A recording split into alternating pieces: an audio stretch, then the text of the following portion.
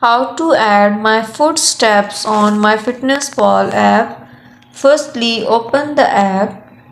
Click on the plans here. Before this, just make sure watch the complete video and follow each step carefully to avoid forgetting anything and making mistakes. Click on the walkings here. In this way, you can add your footsteps according to your day and add it to your diary, and you can see benefits of their footsteps. Thank you so much.